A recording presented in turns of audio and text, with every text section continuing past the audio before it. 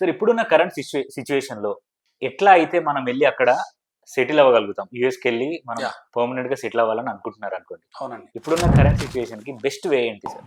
So, ఇప్పుడు మనకి settlement అనగానే మైగ్రేట్ అయ్యేవాళ్ళు, ఆళ్ళు ఏ పర్పస్ మీద ఎళ్తున్నారు అనేది వాళ్ళకి చాలా క్లారిటీ ఉండాలి. హ్మ్. ఇప్పుడున్న సిట్యుయేషన్ అంటే ఇప్పుడేంటంటే over a period of time rules అనేవి అలానే ఉన్నాయి. ఎన్ఫోర్స్‌మెంట్ ఆఫ్ రూల్స్ జరుగుతున్నాయి కాబట్టి లీగాలిటీస్. హ్మ్.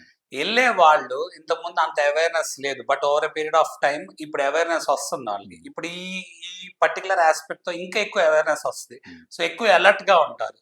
సో, ఎళ్ళే వాళ్ళు ముందు ఎందుకు ఎళ్తున్నాను అని డిసైడ్ అవ్వాలి. So, if someone is going for education most of the time ఏంటి అక్కడ ఎళ్ళాలనుకున్నాడు ఎడ్యుకేషన్ ఆప్ట్ చేసుకొని, ఎడ్యుకేషన్ ద్వారా మనీని సమకూర్చుకొని హ్యూజ్ అమౌంట్ ఆఫ్ మనీని, ఆ మనీని అక్కడ ఇన్వెస్ట్ చేసి ఎడ్యుకేషన్ ట్యూషన్ ఫీజెస్‌కి ఆ ఎడ్యుకేషన్ ద్వారా స్టడీ వీసా తెచ్చుకుంటారు.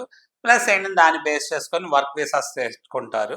ఆ వర్క్ వీసాస్ కూడా ఛాలెంజ్ ఉంది. అదొక సెపరేట్ సబ్జెక్ట్. ఓకే. అది కూడా మనం యెస్ మాట్లాడుకుందాం. Sir. Yes. But student visa మీద ఎళ్ళే వాళ్ళకి ఏం క్లారిటీ ఉండాలి అంటే మోస్ట్ ఆఫ్ ద టైమ్